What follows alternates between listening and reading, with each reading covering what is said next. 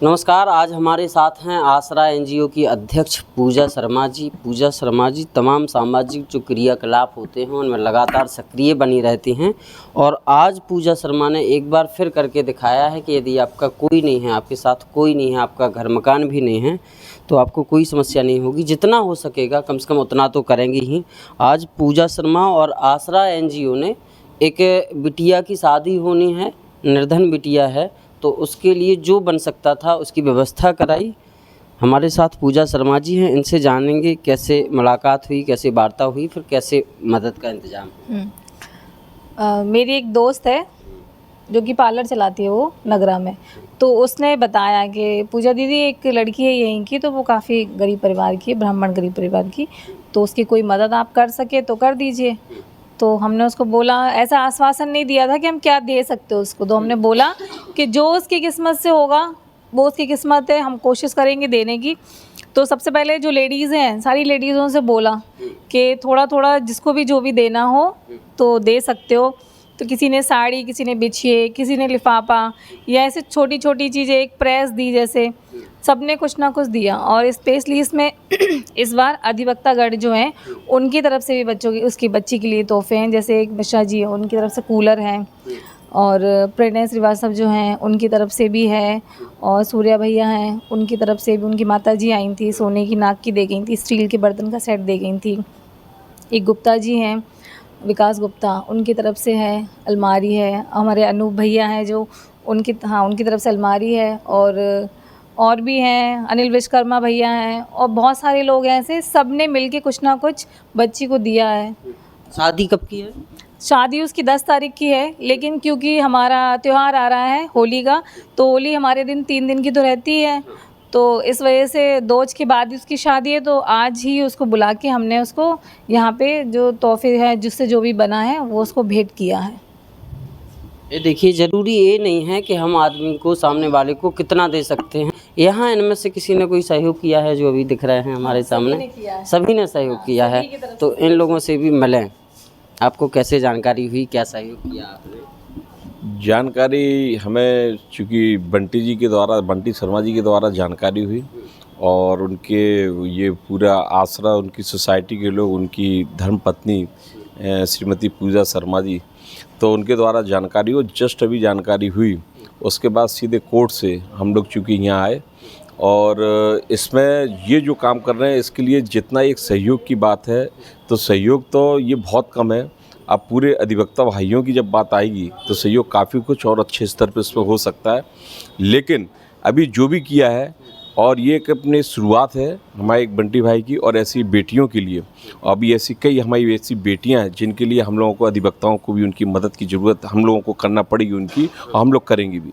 तो आज इस हम लोगों ने आज यहाँ के इनका एक आश्वासन इस बात का दिया है कि जो कुछ हम लोगों की मदद है आर्थिक तौर पर वो तो हम लोग कर ही रहे हैं, लेकिन इसके बाद भी भविष्य में भी कभी कोर्ट कचहरी से संबंधित किसी ऑफिस से या कहीं कोई काम उनके परिवार के हों तो बिल्कुल निःशुल्क हम लोग उनके काम कचहरी में कराते रहेंगे, और हमारे अधिवक्ता भाई वहाँ बैठे रहेंगे, उनके लिए काम करेंगे। और हम इन पूरे आसरा ग्रुप को एक बधाई देते हैं कि एक जो बड़े बड़े कार्यक्रम तो हमने देखे शादी समारोह के जो बेटियों की, लेकिन उनसे कहीं ज़्यादा अपनत्व, उनमें भी अपनत्व, चूँकि वो भी बहुत अच्छे स्तर पर करते हो, काफ़ी लोगों का वो लोग भी उद्धान कर रहे हैं। लेकिन जिस तरीके से आज एकदम से अचानक जो सुना और इनका यहाँ माहौल देखा, इससे निश्चित है कि पूरे जनपद के अंदर लोगों के अंदर एक भावना आएगी, और जितना कंपटीशन और एक भावना होगी, निश्चित है ऐसे हमारी बेटियों को, उनके परिवार को एक मदद मिलेगी, और सभी लोग एक साथ एकजुट के उनकी मदद करेंगे तो उनका हौसला बढ़ेगा। और पुनः हम उनको सबको बधाई देते हैं आसरा ग्रुप को। ये बहुत अच्छी बात की है अधिवक्ता साथी ने कि जो कुछ हम दे पा रहे हैं वो तो ठीक है, लेकिन भविष्य में यदि इस परिवार को कभी न्यायिक ज़रूरत पड़ती है तो उसमें भी अधिवक्ता साथी पूरी तरह से साथ रहेंगे और मदद करेंगे। यहाँ तमाम साथी हैं जिन्होंने कुछ ना कुछ दे रखा है। हमारे साथ बंटी शर्मा भी हैं। बंटी शर्मा लगातार रील के बहुत ज़्यादा शौकीन हैं। हम लोग तो रील बहुत देखते हैं, लेकिन मदद भी लोगों की करते हैं, इससे भी इनकार नहीं किया जा सकता। बंटी भैया, कैसे क्या हुआ और आगे की क्या व्यवस्था रहेगी? आगे की व्यवस्था तो अभी जो हम लोग कर सकते थे आपके सामने हैं, और हमारे बहुत से झांसी के अधिवक्ता गण जो हमारे सुख दुख में हमेशा खड़े रहते हैं, और हमारे दोस्त लोग हैं, इन सब ने मिलके जो 2 दिन का टाइम मिला हमें, और 2 दिन में हमने सोचा था कि वो साड़ी वगैरह थोड़ा ही बहुत कर पाएंगे, लेकिन हमने 2 दिन में जो सबके साथ मिलके जो सहयोग हुआ है वो आपके साथ है। आगे भी हम लोग समय समय पे इतनी परेशानियां, इतनी मुश्किलें जो आप लोग मीडिया के लोग देख सकते हैं, उसके बाद भी हम लोग कोशिश करते हैं कि ऐसे लोगों की मदद कर सकें, जिससे हमारी बिटिया जो खुश रह सके। सरकारी लाभ मिलना नहीं मिलना ये सरकार जाने, लेकिन हम लोग जो कर रहे हैं वो आपके सामने है।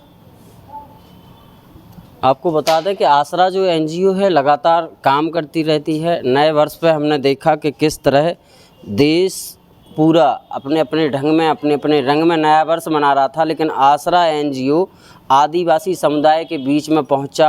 वहां जो बच्चे थे उनको लेकर एक बढ़िया रूफटॉप रेस्टोरेंट ले गए, वहां मौज मस्ती की, और उस कार्यक्रम में यहाँ तक कि सदर विधायक जैसी बड़ी बड़ी हस्ती भी पहुँची, तमाम जो लोकप्रिय नेता हैं वो भी वहाँ पहुँचे और फिर उन बच्चों के साथ नया वर्ष मनाया। तो कहीं ना कहीं एक अच्छी पहल करते हैं।